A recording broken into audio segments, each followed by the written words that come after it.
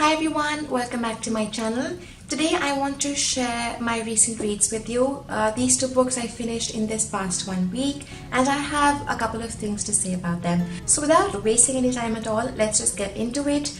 The first one that I'm going to show you is actually the one that I did not like at all. A complete disappointment. I was actually very excited to read this and very enthusiastic when I started reading this, but it just didn't work out well at all. This one is Men Without Women by Murakami. Some of you might be a little shocked to know this because I know that Murakami holds a very strong fan base, and in no way do I mean to offend anybody who likes his work or himself, but this is just my opinion. I did not like this book at all. I've given it 1 star on Goodreads. I honestly tried my level best to pick something out nice from each of the stories, but I just couldn't. By the way, this is actually a collection of 7 short stories based around the theme of Men Without Women, and I think that this book could have been so beautifully done. The stories could have been so beautiful and so strong, but it just felt flat to me altogether. Initially, I thought that I'll do an in-depth video talking about why I didn't like this book, but then I realized that I'd rather talk about books that I actually enjoy and actually love, and I would love to recommend and share just the joy of reading those. So I don't want to talk too much about it. However, there is a link down below in my description box where you can find an in-depth review about this book done by somebody else. I'm sorry I'm forgetting the name, but I think it's Adam. I'm really sorry, I can't remember names right now, but I think he and I are almost on the same page when we talk about this book. And so yeah, I'll just tell you a couple of points I did not like about this. First, I did not like any character. All of them appear two-dimensional, no layers to them, there's no depth to them. They were very annoying, and it seemed like they were all being forced to be negative and morbid like they were in the stories. Second, the fact that it's a recent publication and he must have written in recent years, and despite that, if none of the female characters could come above what they were portrayed as in these stories, it's just sad. Third, almost every story follows infidelity, so mostly these men are without their women because of infidelity in one way or the other, which it's just so frustrating. I think in one of the stories they also try to glorify cheating on your spouses or girlfriends or boyfriends or whatever, and it was just ridiculous. So yeah, I didn't like anything about these stories actually, honestly. To be very honest with this, I don't mean to offend anybody, whoever likes Murakami, but in my opinion I did not like this at all, and this could have been a much better book. I just liked the way he writes. His writing style is good. It's very simple, but he has this unusualness whenever he forms sentences. That's the only thing I could write, but whatever he's written is just very disappointing. I don't want to talk about it any further. Apart from the link that I've just mentioned, there's another one, and it's linked to Valerie's channel where she talks about how she's been a fan of Murakami so far, but now she finds her characters almost as similar and there's nothing new in his books, and now she doesn't want to pick another Murakami book.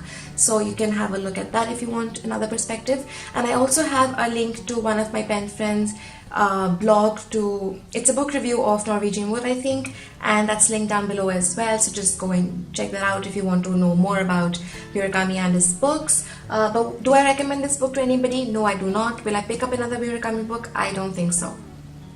So that's it. Now the second book that I read, actually I'll just give you a little background on why did I pick these 2 books. So if you have seen my previous video, I had mentioned that I finished reading Six of Crows, which I loved, and I was looking forward to reading Crooked Kingdom, but I wanted to have another book between the 2 books, and I did take your help, and this is what we collectively decided basically. So I thought that because it's a collection of just 7 short stories, and it's not as big a book or thick a book also, and because I read so many good things about this book and Murakami, I thought that I would actually like this, but it was just such a slow read because I wasn't enjoying it all, and it felt ridiculous and frustrating all throughout. So I wanted to read something that would cheer me up, and Raymond Rowell does the job always. So this is Attachments by Raymond Rowell, my second read of the week, and my first read by her was Landline, and I have shared my thoughts on it on my blog, so there's a link to Landline's review down below in the description box. So if you're willing to read that, go ahead. So I'd like to say something about this. So had I had an option of picking a romantic novel like a couple of years back, I would never. I was never into romantic novels, and two of the authors who made me fall in love with such warm, fuzzy, beautiful reads are actually one, Rainbow Rowell, and two, Cecilia Ahern. And I think I only read such books written by them because they have a beautiful way of writing. Especially Rainbow Rowell, I think her writing is just, it's so good. I just wanted to keep reading this book, and I actually finished it in a day. It's a very warm and fuzzy read, very light, and it's just cute throughout. I remember smiling throughout this book, and it really did cheer me up after reading Men Without Women. So I love Rainbow Rowell and the way she writes, and I'm looking forward to reading more books by her.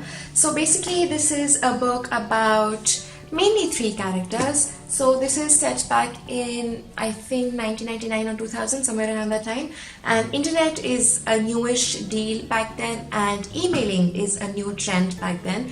So these three people work in a newspaper called The Courier, and there's a job opening. I think it says internet security or something like that. And Lincoln loves computers, he knows all about it, and he thought it's going to be something to do with coding and something like that. But he finds out that basically the company policy doesn't allow its employees to use email and internet for personal use. So you can't sit and watch videos or whatever you could do, and you are not allowed to exchange personal emails. So when he went for his first day at job, he realized that basically he has to set up this software, and he will keep certain words which, if used in any of the emails, will be flagged, and then he has to go through those emails, read them, and figure out whether the person sending those emails needs to be warned or if another action needs to be taken. So he eventually, obviously that's his job now, and he's been paid very well for it. So one day he finds these emails flagged, which were written by these two best friends, Beth and Jennifer, who I honestly loved throughout the book. Such beautiful characters, and he gets to reading them because that's how he's supposed to know whether they should be sent a warning or not. And he actually ends up enjoying the conversations because they're so funny and they're so smart. And he's crossed a point where he could send a warning to these people because he's just gotten so much into the conversations, he actually wants to read it. And so that's where the entire story starts from. And it's a very cute, warm read. I was smiling throughout, and I've mentioned this in my Landlines review that I love how Rainbow Rowell writes her conversations. Her dialogues are just so good. So I love the characters that she comes up with, the storyline that she comes up with. Even this is a very original story and the concept, and I just love her dialogues. Unfortunately, this book is full of conversations. I might actually, like, after a while I can just go back to this, read the conversations and feel good. So basically while I was reading this book, I could just, like, it's something like you have these friends who've been very close to you, but for some reason you weren't in touch, and now they're updating you on their lives. It's that relatable to read her books and her characters. They appear to be somebody straight out of your own life. They are so human. It's amazing. It's amazing. I love the fact that she doesn't write cheesy novels, and she doesn't write somebody who's too perfect and something like that. These are actually really fun stories to read. Very light read, very cheerful, and very cute, very humble, very warm, very fuzzy. I highly recommend this book if you're looking for a read that fits that description. And this did cheer me up when I read this book, Men Without Women.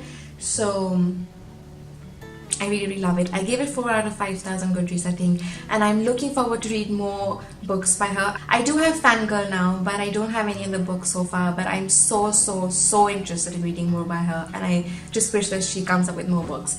So definitely one of my favorite reads of 2017. I'm so glad I picked this up. Now that I'm done with these two books and I've talked enough about them, I just wanted to let you know that I'm finally going to start reading Crooked Kingdom by Leigh Bardugo. I am so excited to start this book. I've been waiting for so long.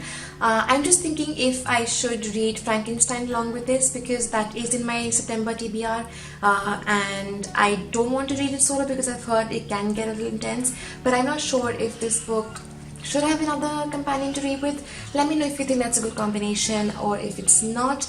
And if you're wondering what other books I have on my September's reading list, I have a video linked down below, so you can just go check that out. And if you're willing to buddy read some of the books with me, I would love to. So just go check that out and see if any of those books are on your TBR, and if you want to read along, I would love to do that. So yeah, I'd love to hear your opinions on the 2 books that I've just shared, and if you've read more books written by these 2 authors, and also if you've read Six of Crows or Crooked Kingdom, I'd love to know. But I haven't started Crooked Kingdom yet, so please no spoilers. So yeah, do let me know all of that, and I have all the necessary links down in my description box below, so do go check that out, and I'll see you in my next one. Thanks a lot for watching. Bye!